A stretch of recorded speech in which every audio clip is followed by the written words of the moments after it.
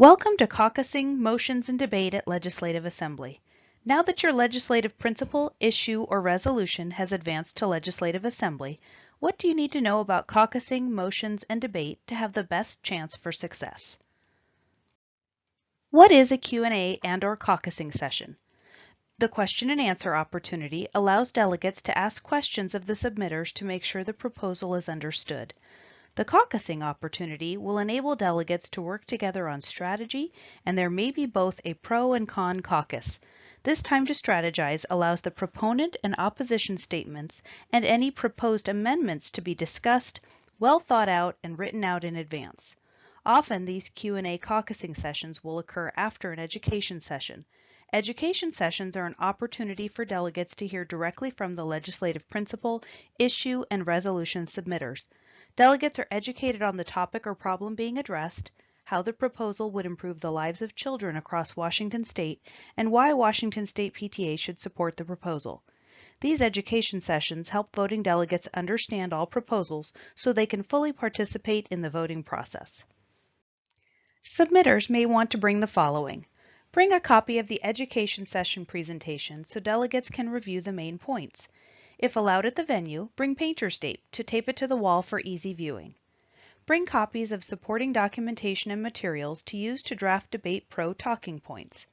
Bring copies of any approved handouts, but please note only handouts with the pre-approval of the Washington State PTA Advocacy Director may be distributed. It's a good idea to gather the names and contact information for delegates interested in the topic, so bring a sign-in sheet. Make sure you give a copy to the Advocacy Director. What should you work on during the caucus session? Address concerns. There may be both pro and con advocates in the caucus, so address concerns about the proposal as much as possible. Fine-tune the proponent statement. Each proposal would be allowed a 2-minute proponent statement. Draft debate talking points. Plan talking points to be delivered at the pro microphone during debate. Draft amendments, if any. The language of each proposal has already been reviewed by the Washington State PTA Advocacy or Resolutions Committee, as well as the Washington State PTA Board of Directors. But if further amendments are needed, work together with other delegates to agree on the amendments. Motion forms to write amendments will be available in all caucus rooms. A caucus session is usually anywhere from 30 to 60 minutes. Consider breaking the allocated caucus time into quarters as follows. First quarter, introductions. As caucus lead, usually a submitter or a member of the Washington State PTA Advocacy or Resolutions Committee, briefly introduce yourself and recap the proposal. Announce the format planned for the caucus. Let delegates know you will be addressing questions, organizing speakers and drafting amendments, and then finalizing speakers and amendments. Do a quick straw poll of the caucus attendees to see the overall starting position. Who's in support of the proposal? Against? Undecided? Who's willing to speak at the microphone during debate? Please note that other supporters can stand behind the speaker in support.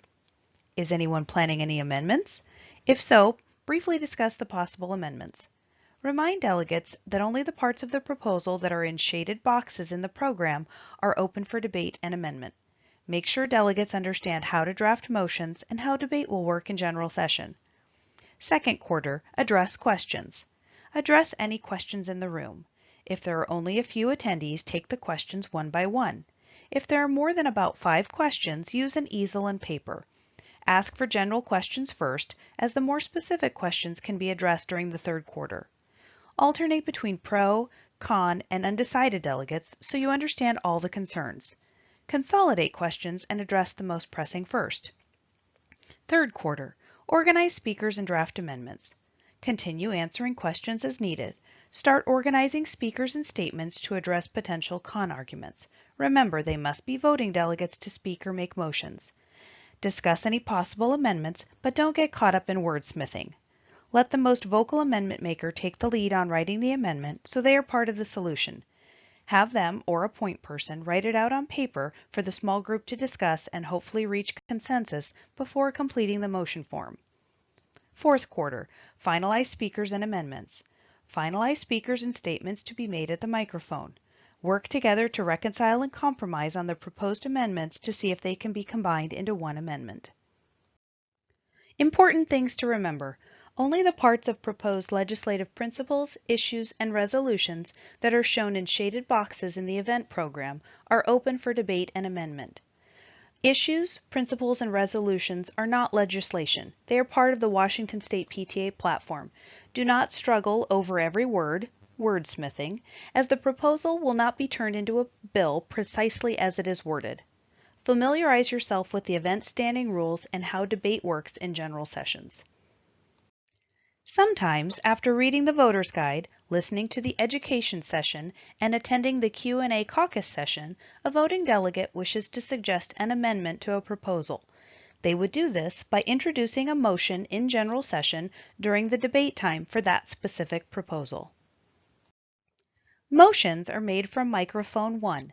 Some examples of possible motions: amendments to proposals under consideration. Voting delegates can move to insert words, strike words, or change a whole section. All motions must be written on a motion form and must indicate where the changes will occur. Motion to extend debate. 10 minutes can go fast, and sometimes more time is needed. Motions to extend debate must be for a set amount of time, for example, 2 minutes. Motions to close debate. Sometimes the debate is no longer bringing up new points, and a motion is made to close debate so the Assembly can proceed to the vote. Motions to extend or close debate need to be seconded and must be approved by 2/3 of the voting delegates. Successful motions will keep the following best practices in mind. Be prepared. Prepare motions ahead of time so the time allowed for debate can be used effectively. Be ready to move when the time is right. Use the time in caucusing to work with the submitters and other delegates to coordinate and prepare any amendments to proposals. Also prepare motions to extend debate as they may be needed. Remember that only parts of proposals that are in the shaded boxes of your program are open for amendment and debate. Use separate motion forms as needed.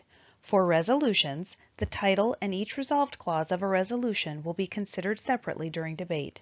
Therefore, motions to amend the title and each resolved clause of a resolution need to be submitted on separate forms.